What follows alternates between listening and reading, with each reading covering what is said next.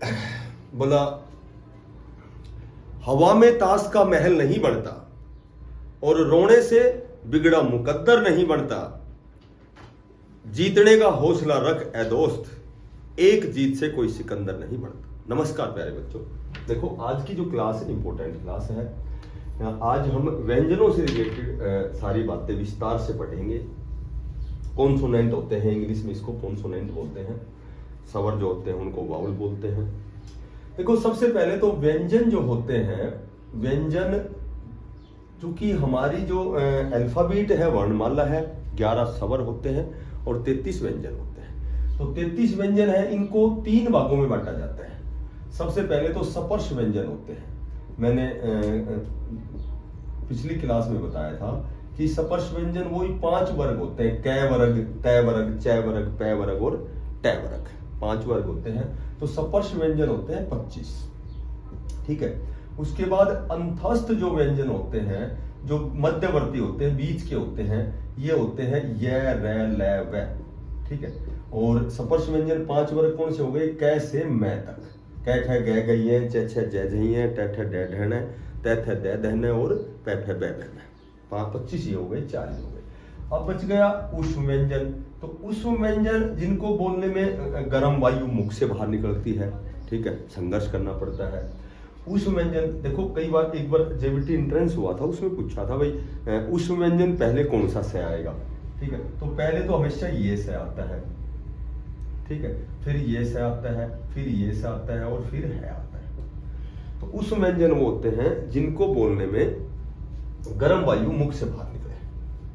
अच्छा, अब ये तो नॉर्मल सी बात हो गई। ये तो ज्यादा तो यही पूछे में कौन सा से आएगा, अंतस्थ व्यंजन कौन से होते हैं, स्पर्श व्यंजन, तो ये तो आजकल नॉर्मल सी बात है। अब देखो इसमें जो अच्छा क्वेश्चन है वो ये है कि संयुक्त व्यंजन है। संयुक्त व्यंजन होते हैं, संयुक्त मानी व्यंजनों का जोड़। संयुक्त जो व्यंजन होते हैं, संयुक्त व्यंजन फिलहाल 4 प्रकार के संयुक्त व्यंजन प्रयुक्त होते हैं। हमारी जो हिंदी है इसमें हम कह सकते हैं क्षय हो गया, ठीक है, एक त्रय हो गया, एक ज्ञ हो गया और एक श्रय हो गया। तो इसका हम वर्ण विच्छेद करें, देखो इसको एक नया नाम देता हूं मैं, वर्ण विच्छेद। कंपटीशन में हमेशा क्वेश्चन आता है कि कोई शब्द देंगे, इसको वर्ण विच्छेद, वर्णों का अलग करना, विच्छेद करना। तो क्या अलग करेंगे? जो भी शब्द है, जो भी वर्ण है, उनमें से स्वर को बाहर करना। जैसे कै का वर्ण विच्छेद करता हूं मैं, तो कै किसकी सहायता से बोला जाता है? ए की सहायता से। व्यंजन क्या होते हैं? जो स्वरों की सहायता से बोले जाए, स्वर जो स्वतंत्र बोले जाए। तो कै जैसे इसको बोलेंगे हम ए के साथ। तो यदि मैं इसमें ए जोड़ देता हूं, कै और ए, तो ये कै हो गया। मैं कहूं कि का वर्ण विच्छेद क्या हो गया? कै के साथ क्या स्वर हो गया? आ। तो इसको बोलते हैं वर्ण विच्छेद। तो क्षय है, इसको बोलेंगे कै, जहां हलंत लग गया, इसका मतलब उसमें स्वर बाहर आ गया। जिसके हलंत लगा दिया उसको आधा इसलिए बोलते हैं, आधा इसलिए बोलते हैं कि उनमें से स्वर बाहर हो गया। त्रय, त्रय जैसे तय आधा है और रे पूरा है। ग, जय आधा है और यह पूरा है। जैसे अब जैसे ये हो गई संज्ञा, तो हम संज्ञा पढ़ते आ रहे हैं, क्योंकि वही कई बहुत चीजें गलत पढ़ते, उच्चारण देते हैं। ये संज्ञा नहीं, संज्ञा होती है। संज्ञा, जा, जय और यह से मिलके ज्ञ बनता है, तो इसको बोलेंगे संज्ञा। श्रय, स आधा होता है और रे पूरा होता है। तो जिसके हलंत लग गया, इसका मतलब वहां से स्वर बाहर आ गया, वो आधा इसलिए बोलते हैं उसको। ठीक है। एक जैसे मैं कहूं कि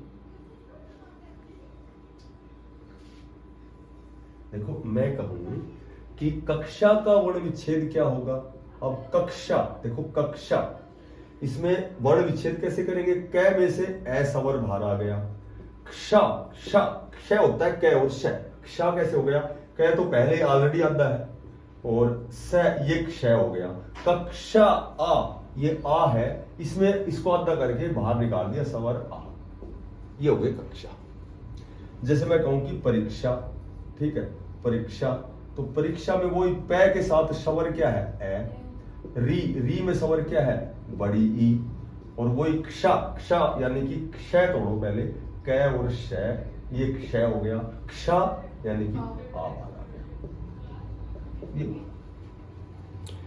एक और अच्छी बात ध्यान रखनी है तुम्हें, जैसे अभी मैंने पिछली क्लास में बताया था कि जैसे मैं कहूं कि श्रृंगार, अब यहां वर्ण विच्छेद करूं मैं, तो ये जो उल्टा स होता है, ये तो ये स होता है, स संगम वाला, और ये जो होता है देखो, एक होता है जागृत, ये हो गया जागृत, और ये हो गया जागृति, तो ये री ऋषि होता है। जैसे हृदय कैसे लिखेंगे, हृदय, इसको हृदय बोलते हैं, हृदय नहीं बोलते, हृदय, ये री है, ये तो री की मात्रा होती है ये, और ये रे की मात्रा होती है। तो अब स में से स्वर बाहर करेंगे तो इसमें स के साथ स्वर ए नहीं है, ये है श्रृंगार, श्रृंगार नहीं श्रृंगार, री री, तो इसमें स्वर हो गया री, ये श्री हो गया।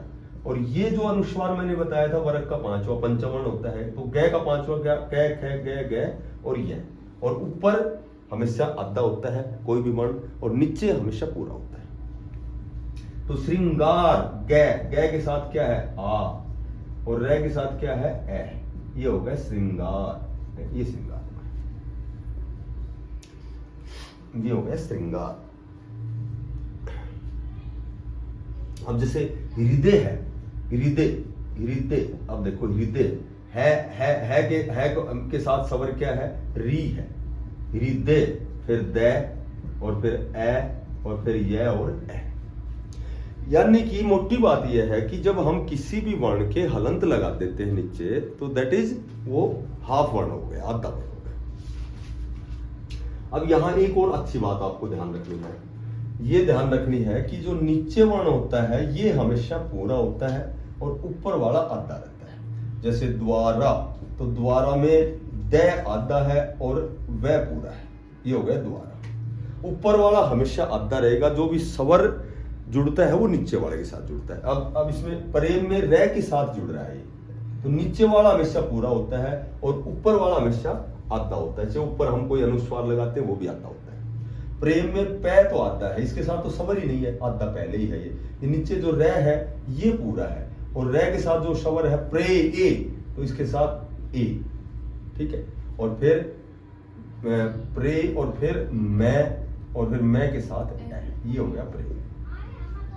द्वारा में दे आधा हो गया, ठीक है। वारा वे, और वे के साथ आ, और फिर रे, और फिर आ, ये द्वारा, ठीक है। तो ये लगभग वर्ण विच्छेद हो गया।